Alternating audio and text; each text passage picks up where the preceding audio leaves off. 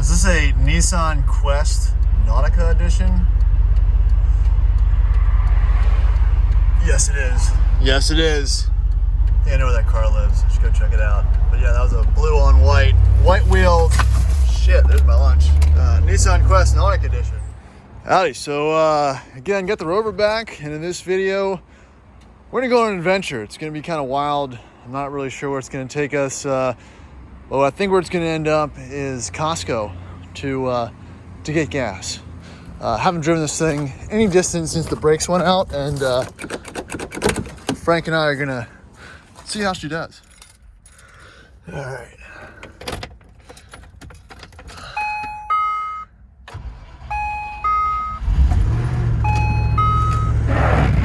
It's a good sign. I perpetually have a gas light on because the sender doesn't work. So I have no idea how much gas is left in this thing. So instead of doing the smart thing and just getting it locally, I'm gonna decide to take a trip down the street on the highway to get to Costco. And the last time we went down near the Powhite area, I lost brakes, which have been fixed since then. So I'm pretty excited about that. But you know, we're gonna take a little journey. If you can see here, I've got the updated sheep seat covers, which look lovely in my mint interior. Also have the new steering components ready to go in. I've got the old steering components right there for the 91 and older models, which don't fit this truck. I'll sell them to anyone that wants them. Yeah, I can't use them, so they're right there. They're in the box. They're ready to go. You know, I just have no use for it. So let's hit the road and see how she does. And we're off.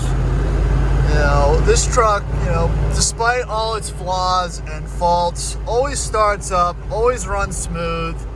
No misses or engine vibrations or anything like that. Just, you know, the sprinkling of rust that leaves behind it is obviously a slight downside to the operation of it. But powertrain wise, it's pretty good.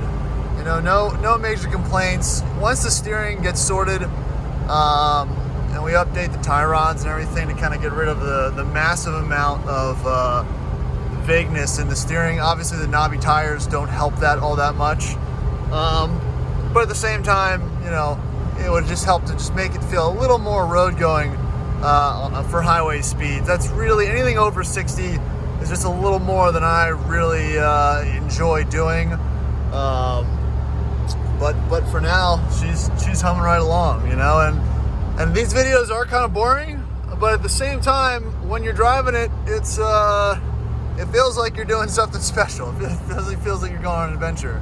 And people ask me why I keep this truck around, and it's kind of for that reason. You know, the day that I trust it enough to take it on longer journeys, it will be an interesting one. And it'll probably be the day it lets me down. So I feel like the more I don't trust it, the more it'll just keep doing its thing, and you know, it'll actually have a successful result. Some other positive points about this model Range Rover: you have the ventilation edition, the lightweight model. You know, it lets you kind of see the floors and the ground underneath you when you're doing serious off-roading. It really allows the water flow when you're doing large river and stream crossings to not, you know, contain itself within the vehicle and lets it kind of flow out easily. Jeep's been doing it for years with their plugs, but Rover just did it a little better. It kind of self-heals, and, you know, it adds the lightness.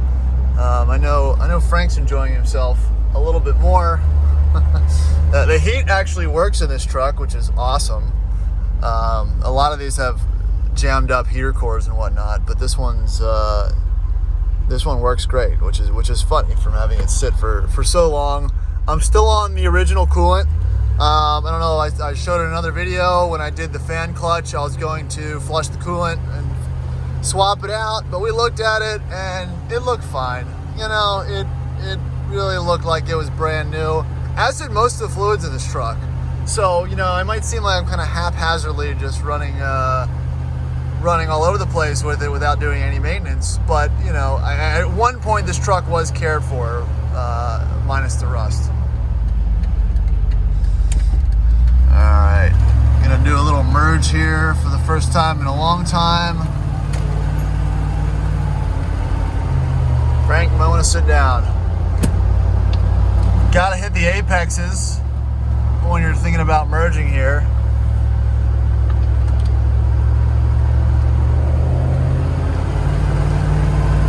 And we're off. You know, another thing, I never got these tires balanced. We got them mounted, which was a long process and cost Mike his smartphone. So that'll be definitely something on the list. It definitely just needs a little bit of weight on the front tires. But right now it's pretty smooth. It's right about 60 and no vibrations yet. I know once we hit about 70, it gets a little more wobbly in the tire situation. All right.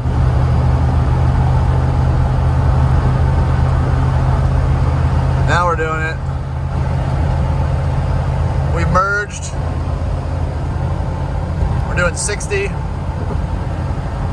It's pretending to be a real car. Not too bad.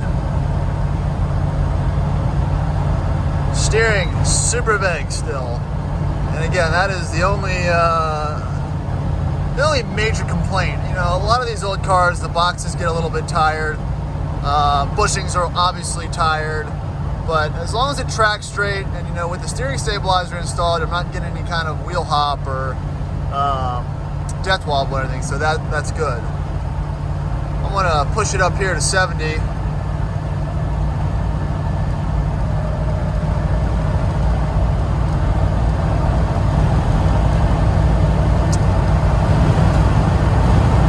A lot of wind noise with my custom headliner in.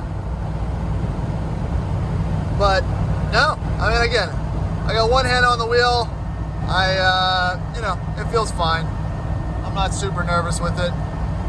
It would be kind of annoying to run this more than a couple hours, but I think it's a lot more reasonable than it used to be. So I'm pretty happy.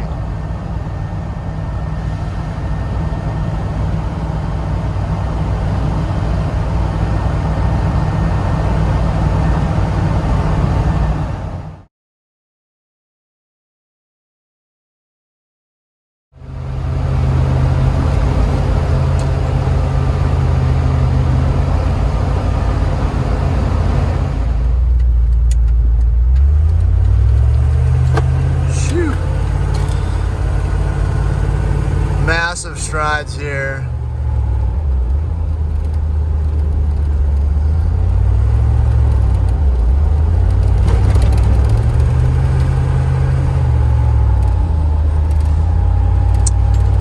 Working gauges looks normal. Frank's trying to escape. Come on, buddy.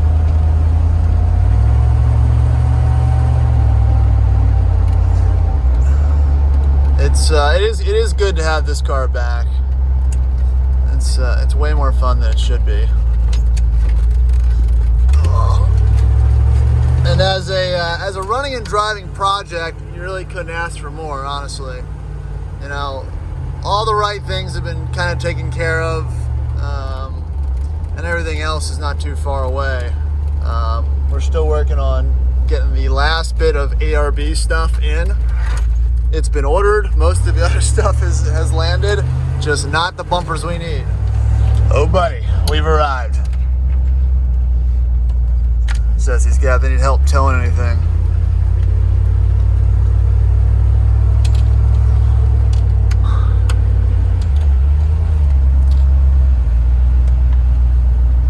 Or they'll even let me in here.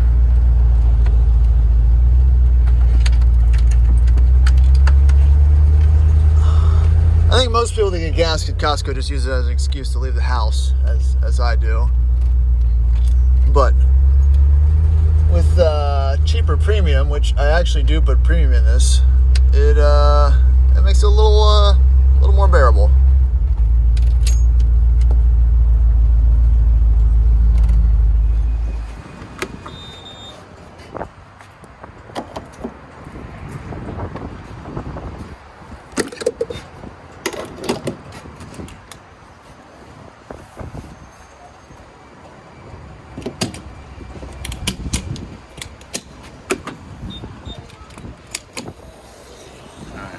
We'll see where we end up here.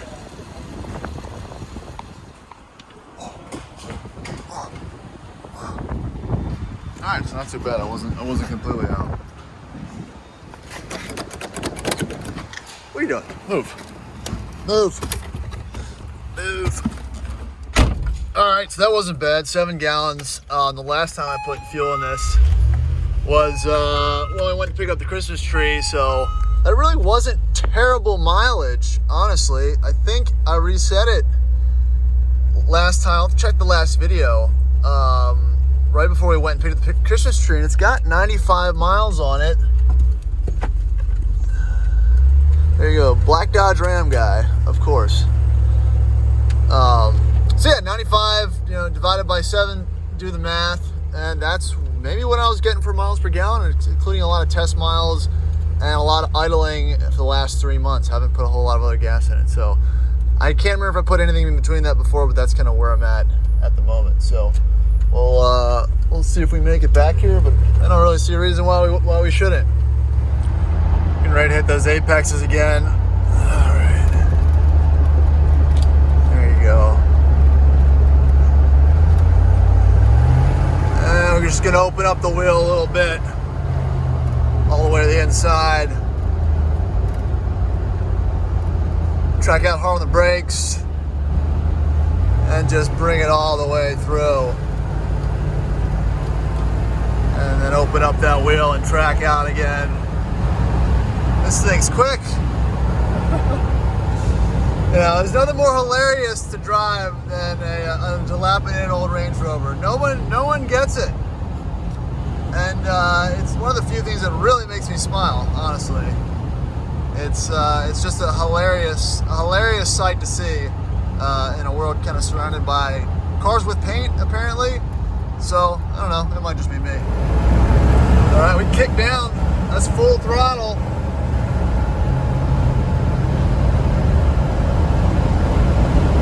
I'm getting a lot of ventilation feel in my legs. All that good cool air is coming in as we trundle down the highway here. Great bit of wind. I think Frank, I'm surprised he's not frozen. It's about 35 degrees out right now, but I can definitely feel it in my feet with the lightning. You drive enough old cars, you really understand what your heightened senses can achieve. I mean, you're sitting here, you're smelling things.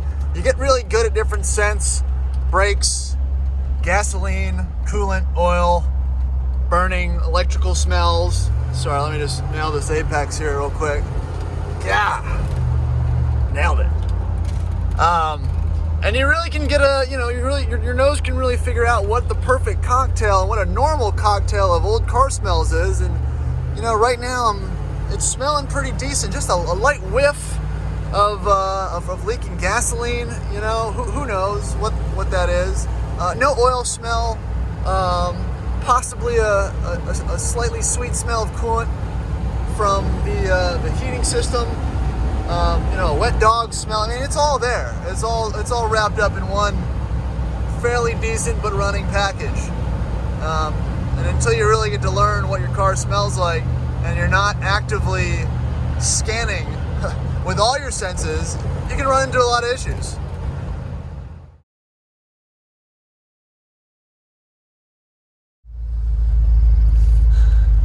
All right. Well, that was uneventful. Take the short way back to the house.